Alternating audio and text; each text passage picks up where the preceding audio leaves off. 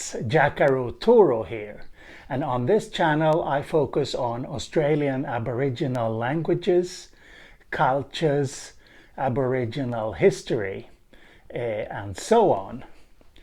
And as you can see, this is a video about verbs. Perhaps you can also tell that I've had a bit of trouble writing on the board here. I think it has more to do with the solution I use to clean the board than with the actual pens.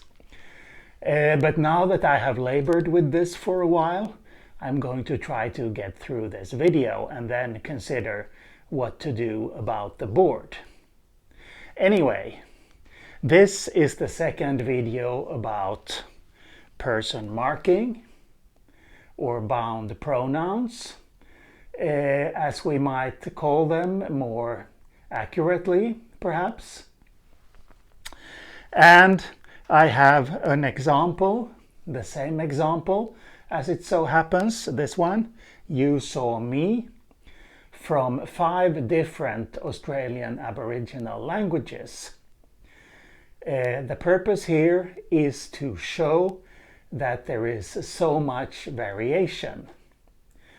And this is something I find really fascinating, that you have one basic idea to mark the person of the subject and the person of the object on the verb, or in fact on another constituent of the clause.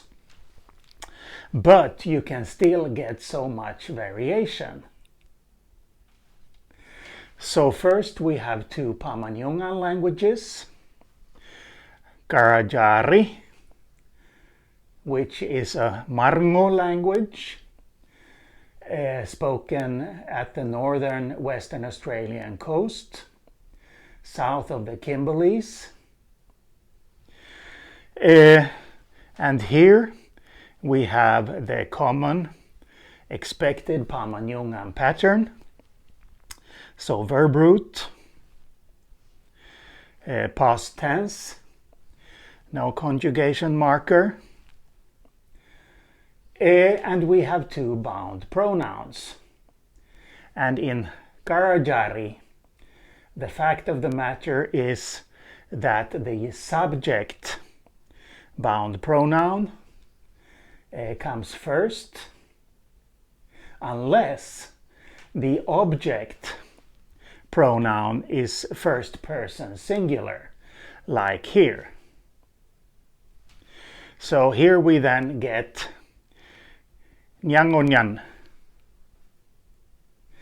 And note that nya is both a verb root and a person marker.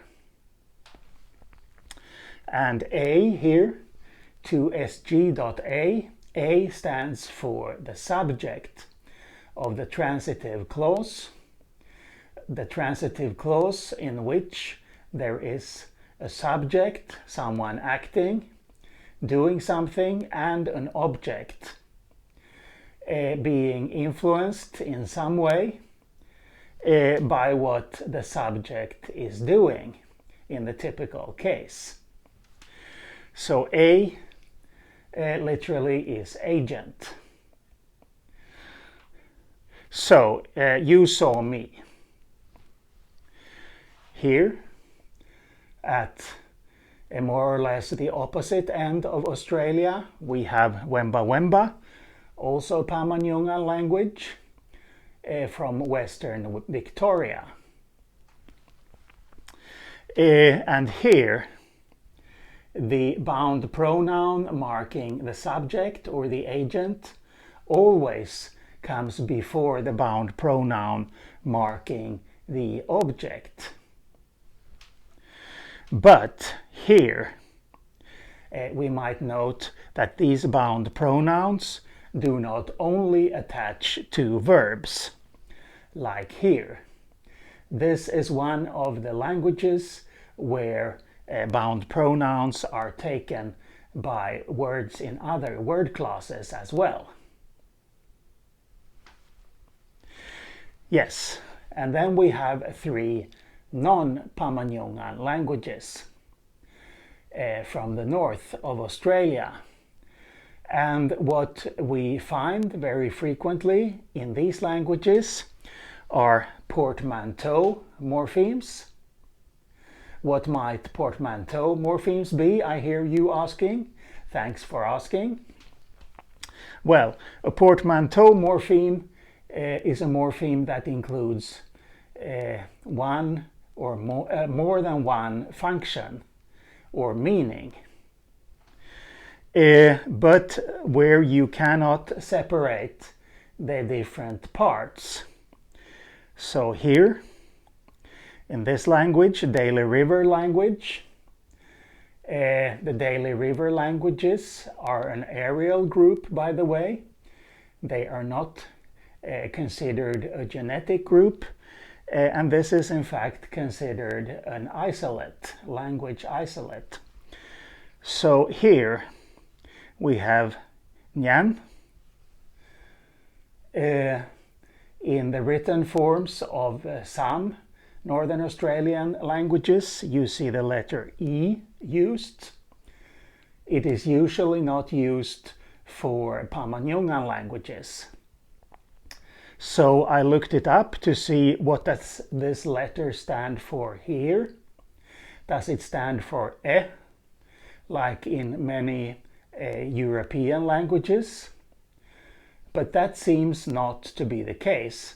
Rather, this would seem to be a more open vowel. So we have Nyan, which means second person singular is acting on first person singular. These meanings are included in Nyan, but you cannot divide it up into the second person singular subject or agent part and the first person singular object part. This is one unit that means these things. And in fact, this type of portmanteau morphemes are found in more languages. In Australia's top end, where we have the non-Pama-Nyungan languages. So here then, where both the subject and the object are included in the same morpheme. So you get quite long lists of different persons acting on each other. Quite long lists of portmanteau morphemes. So we have this portmanteau morpheme, non-future tense. Here is the verb root. As I mentioned in the previous video, the languages, non-Pama-Nyungan languages in Australia's top end use a lot of prefixes that occur before the root. Unlike what we find in Pama-Nyungan languages. There we have suffixes occurring after the root. Yes. And we also have perfective here, perfective marking, perfective aspect. So finished.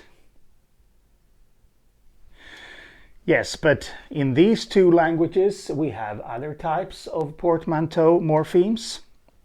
Here, mood is included.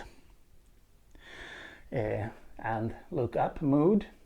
It has to do with the attitude the speaker has to what he is saying, what he wants to claim or accomplish with what he or she is saying.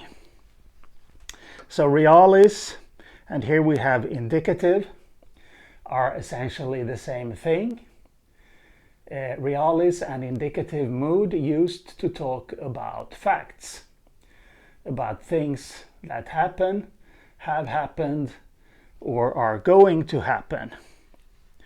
So here we get, in this language, Wardaman, which earlier was considered to belong to this group of languages, this family in northernmost Australia, but today is considered perhaps not to be a part of this group.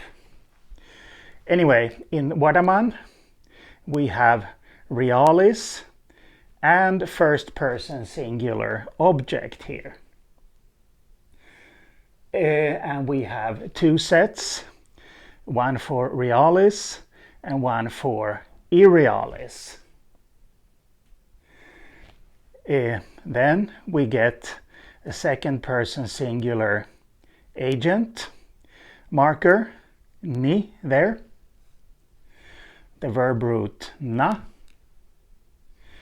and past tense. And in this language, in Wardaman, there is a person-based hierarchy. So the bound pronoun marking first person comes before the bound pronoun for second person, which comes before third person singular, which comes before third person non-singular in turn. Yes, so we are beginning to see that there are many different variations here. One basic idea with bound pronouns, but a lot of variation. So let's look at this last. This is a language of Arnhem Land that died out in 2016, sadly.